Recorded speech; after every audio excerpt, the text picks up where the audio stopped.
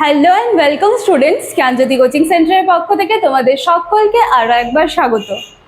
আজকে আমার যে আলোচনার বিষয় সেটা তোমাদের ইন্ট্রোডাকশন টু এডুকেশনাল ফিলসফি, যেটা রয়েছে তোমাদের শিক্ষার দর্শনের সাথে পরিচিতি বলতে পারো।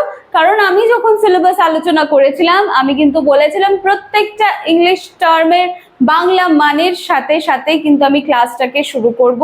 তো সেই মতোই এবং তোমাদের ইউনিট 1-এ রয়েছে ইন্ট্রোডাকশন টু এডুকেশনাল ফিলসফি, যেটা রয়েছে শিক্ষার দর্শনের সাথে পরিচিতি, এবং এটার মধ্যে যে নাম্বার এ ছিল সেটার কিন্তু মিনিং এবং নেচার, মানে যেটা মানে মিনিং মানে নেচার মানে প্রকৃতি, এটা কিন্তু আমি এর আগের ক্লাসে আলোচনা করিয়ে দিয়েছিলাম। আজকে আমি আলোচনা করব স্কোপ নিয়ে, ঠিক আছে? আজকে আমার আলোচনার বিষয় স্কোপ, যেটার বাংলা মানে পরিধি। তাহলে বলতে পারো যে শিক্ষার দর্শন যেটা আছে তার পরিধি জানতে চাইছে। এর আগের দিনে কিন্তু মিনিং এবং নেচার মানে এবং প্রকৃতি আমি আলোচনা করেছিলাম।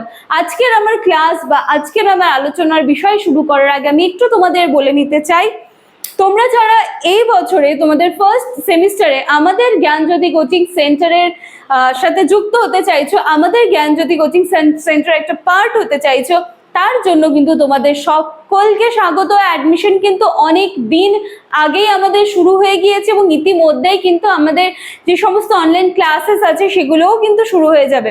সেজন্য দেরি না করে যত তাড়াতাড়ি সম্ভব হয় আমাদের সাথে কিন্তু তোমরা যুক্ত হয়ে যেতেই পারছো। এবং আমাদের সাথে সরাসরি যুক্ত হতে গেলে তোমাদেরকে কর্নারে দেওয়া এই দুটি নাম্বারের মধ্যে যে কোনো একটি নাম্বারে কিন্তু কল করে নিতে হবে। এই নাম্বার দুটি হলো আমাদের জ্ঞানজ্যোতি কোচিং সেন্টারের অফিসিয়াল হেল্পলাইন নাম্বার। এই দুটি নাম্বারের মধ্যে যে কোনো একটি নাম্বারে কল করলে তোমরা তোমাদের কোর্স ফি রিলেটেড যা রয়েছে তোমাদের কোয়ারিজ, এছাড়া সাবজেক্ট রিলেটেড যা কোয়ারিজ রয়েছে সমস্তটাই কিন্তু তোমরা ফুলফিল করে নিতে পারবে। তাহলে কথা না বাড়িয়ে আছে কিন্তু আমি আমার আলোচনার বিষয় যেটা আছে পরিধি সেটা আলোচনা করবো। এবং পরিধি আলোচনা করলে তোমাদের ইউনিট 1-এর এ যেটা ছিল, এ নাম্বারে যা ছিল দেওয়া, সেটা কিন্তু আজকে আবার আমার শেষ হয়ে যাচ্ছে। আবার নেক্সট দিনে আমি বি নিয়ে চলে আসবো, ঠিক আছে? চলো তাহলে পরিধিটা আলোচনা করছি। তাহলে শিক্ষার দর্শন, ঠিক আছে, এবার এর পরিধিটা আলোচনা করতে হবে। এইবারে দেখো, পরিধি আলোচনা করতে গিয়ে আমাকে প্রথমে একটু বলতে হবে যে মানুষের যে জীবন আছে, ঠিক আছে, সেটা তো মনে করো যে চলছে, ঠিক আছে, এটা একটা ধারাবাহিক প্রক্রিয়া। এবার কোনো কারণে যদি থেমে যায় সেটা আলাদা ব্যাপার, কিন্তু যেটা নর্মাল লাইফ চলছে সেটা তো চলছে, ধারাবাহিক প্রক্রিয়া। এবং মানুষ যতদিন বেঁচে থাকে সেই পুরো জীবনকালের মধ্যে কিন্তু শিক্ষা কোথাও দেখা যায় না যে শিক্ষা কিন্তু বাদ পড়ে গেছে। পুরো জীবনকালটার মধ্যে কোনো না কোনো ভাবে শিক্ষা কিন্তু আমাদের সাথে জড়িয়ে যাচ্ছে। এবং এই যে শিক্ষা, এটা কিন্তু শুধুমাত্র আমি পুঁথিগত শিক্ষার কথা বলছি না, বা বিদ্যালয়ে যে শিক্ষাটা দেওয়া হচ্ছে শুধুমাত্র সেই শিক্ষার কথাই কিন্তু আমি বলছি না। সেই শিক্ষা তো অবশ্যই আমাদের পাশে থাকবে, আমাদের চলার পথে সেই শিক্ষা অবশ্যই আমাদের সাথে থাকবে। কিন্তু অন্য পাশে আমরা যদি দেখি যে একটা সমাজের মধ্যে বসবাস করতে গেলে বা একটা পরিবারে বা একটা পরিবেশে বসবাস করতে গেলেও কিন্তু আমাদের নানান ধরনের শিক্ষার প্রয়োজন হয়। শুধুমাত্র স্কুলের পুঁথিগত বিদ্যা বা পুঁথিগত জ্ঞান অর্জন করলেই কিন্তু আমরা মানুষের মতো মানুষ হয়ে উঠতে পারি না। আমাদের কিন্তু প্রয়োজন হচ্ছে সর্বাঙ্গীন বিকাশের দরকার, ঠিক আছে? তো এই যে সমস্ত কিছু সমাজের উন্নয়নের ক্ষেত্রে, পরিবেশকে আরো উন্নততর পর্যায়ে নিয়ে যাওয়ার ক্ষেত্রে, নিজের আচার আচরণকে আরো সুন্দর করে তুলতে, সমস্ত কিছুতেই কিন্তু জীবনব্যাপী আমাদের শিক্ষা কিন্তু ওতপ্রোতভাবে জড়িয়ে রয়েছে। তাহলে এই যে পুরো জীবনকাল জুড়ে শিক্ষা যে আমাদের সাথে জড়িয়ে আছে, তাহলে নিশ্চয়ই শিক্ষার যে পরিধিটা থাকবে সেটা কিন্তু কখনোই তাহলে ছোট হবে না। শিক্ষার পরিধি কিন্তু তাহলে অনেকটা বড় হবে। এবং এর সাথেই আমরা আলোচনা করবো যে কোন কোন দিক থেকে আমরা আলোচনা করতে পারি যে শিক্ষার পরিধিগুলো কি কি রয়েছে, ঠিক আছে? সবার প্রথমে আমি একটুখানি শিক্ষার পরিধিটা আলোচনা করে দিলাম যে শিক্ষার পরিধিটা কি। তার মানে এই যে শিক্ষা যেটা আমাদের পুরো জীবনকাল জুড়ে আছে, ঠিক আছে, সেটা আমাদের কোনো না কোনো ক্ষেত্রে কিন্তু কাজে লাগছে এবং অবশ্যই সেটা কিন্তু আমাদের বেটারমেন্টের জন্যই কাজে লাগছে।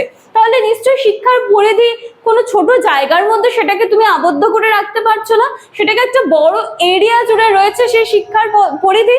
তাহলে এখন আমরা দেখব যে কোন কোন দিকে আমরা শিক্ষার যে পরিধিগুলো আছে সেগুলোকে আলোচনা করতে পারি। আজকের যে ক্লাস আছে আমার স্কোপ পরিধি যেটা নিয়ে আমি আলোচনা করছি, এটা বলতে পারো যে তোমরা এটা আজকে পার্ট 1 এর ক্লাস, ঠিক আছে? এটা বলতে পারো পার্ট 1 এর ক্লাস। পরের দিন কিন্তু এর আরো কিছু পয়েন্টস আছে যেটা কিন্তু অ্যাজ পার্ট 2 হিসেবে তোমরা পাবে। তাহলে চলো আজকে পার্ট 1টা আমি শুরু করছি। সবার প্রথমে রয়েছে প্রয়োগমূলক শিক্ষা বিজ্ঞান, এবং এর ইংলিশ যে টার্মটা আছে সেটা হচ্ছে অ্যাপ্লাইড অ্যাসপেক্ট। দেখো অ্যাপ্লাইড এখানে দেখেই বোঝা যাচ্ছে না যে এখানে কিছু প্রয়োগ করতে হবে, কিছু প্রয়োগের ব্যাপার আছে। তাহলে কি ব্যাপার আছে সেটা একটু দেখি। যে দেখো শিক্ষা বিজ্ঞান যেটা রয়েছে সেটা কিন্তু শুধুমাত্র তাত্ত্বিক দিক থেকে আলোচনা করলেই হবে না, সেটার কিন্তু কিছু প্রয়োগেরও ব্যাপার আছে, ঠিক আছে? ঠিক যেমন আমি বললাম যে বিদ্যালয়ের যে শিক্ষা বলো বা যে পুঁথিগত শিক্ষাগুলো আছে সেগুলো শুধুমাত্র কিন্তু পড়লেই হবে না, এছাড়াও অনেক কিছু শিক্ষা আছে যেগুলোকে কিন্তু প্রয়োগ করার মাধ্যমে আমরা মানে সেই জিনিসটাকে আরো সুন্দরভাবে আরো ভালোভাবে কিন্তু সেখান থেকে জানতে পারি, ঠিক আছে? তাহলে সেই ক্ষেত্রে এখানে বলা হচ্ছে যে প্রয়োগমূলক শিক্ষা বিজ্ঞান, অ্যাপ্লাইড অ্যাসপেক্টস।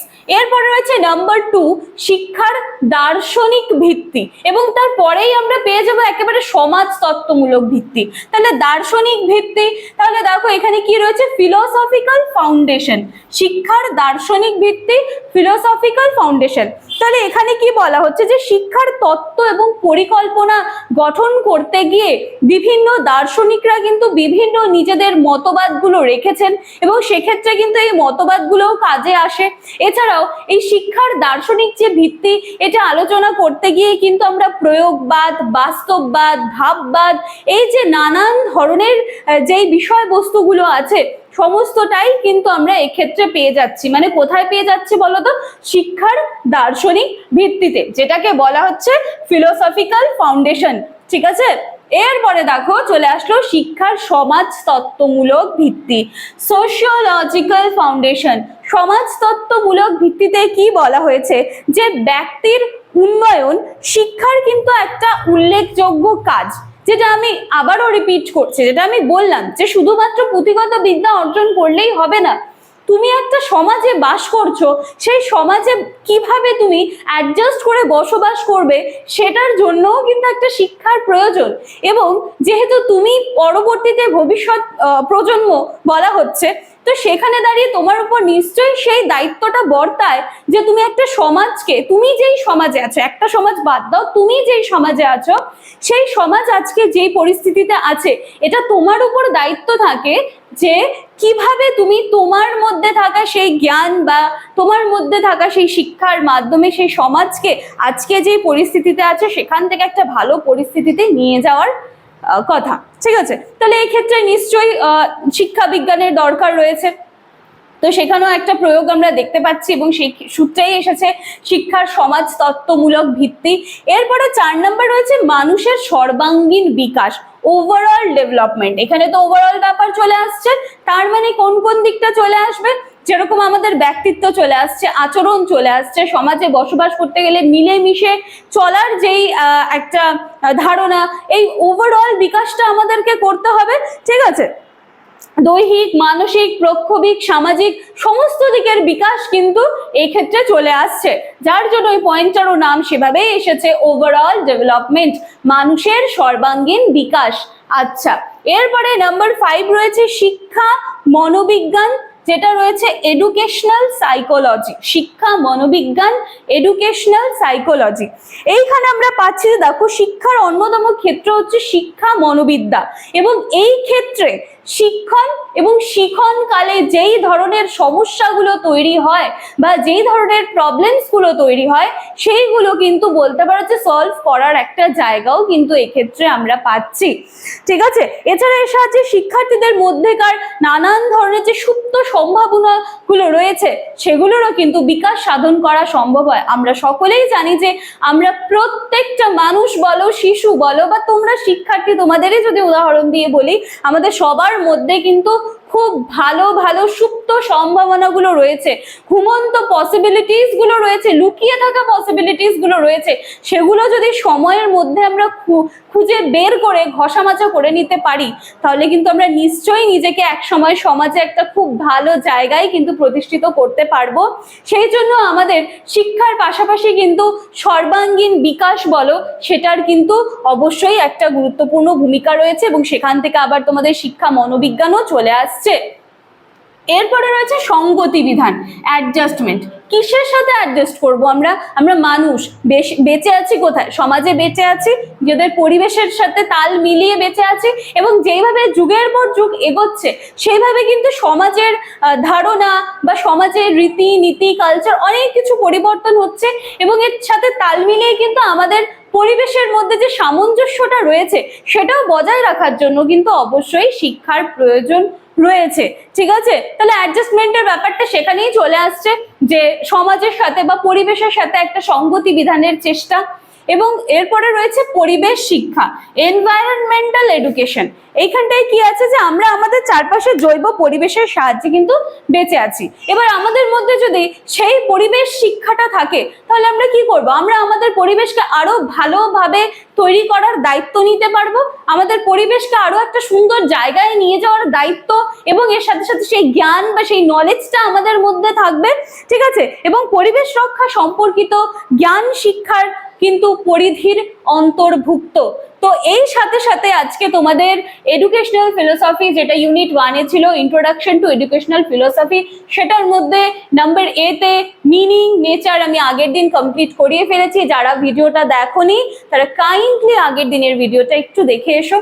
কারণ দেখো, আজকে যদি একেবারে স্কোপ থেকে শুরু করো না, তো দেখা যাবে যে মিনিং আর নেচার কিছু বুঝতে পারছো না। তো আগের দিনের জিনিসগুলো একটু দেখে এসো, তারপরে আজকের স্কোপটা দেখবে। এবং স্কোপের তো আজকে পার্ট 1-এর ক্লাস, এটার উপরে তোমরা আরো কিছু পয়েন্টস পাবে, যেটা নিয়ে কিন্তু আমি একেবারে আবার পরের দিন চলে আসবো তোমাদের সামনে। আজকের ক্লাসটা এইটুকুই থাকছে। আশা করছি আজকের ক্লাসটি তোমাদের ভালো লেগেছে। যতটা সহজ ভাষায় সম্ভব হয়েছে, যতটা মানে বলতে গেলে পাতি ভাষায় সম্ভব হয়েছে, আমি কিন্তু চেষ্টা করেছি তোমাদের সামনে পুরো বিষয়টা রাখার। দেখো, বইয়ের ভাষাগুলো তো অবশ্যই আমাদের সাথে থাকবে, সেই ভাষার মতো মূল্যবান কোনো কিছু হতেই পারে না।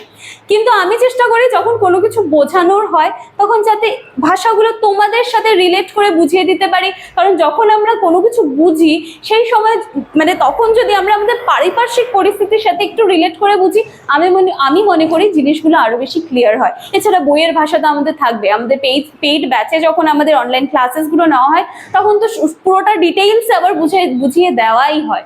তো ঠিক আছে, চলো আর কথা বাড়াচ্ছি না, আজকের ক্লাসটা এইটুকুই থাকছে। ভালো লাগলে লাইক, কমেন্ট, শেয়ার, সাবস্ক্রাইবের আশা রাখলাম। দেখা হচ্ছে নেক্সট দিনের ক্লাসে পরিধির পার্ট 2 নিয়ে।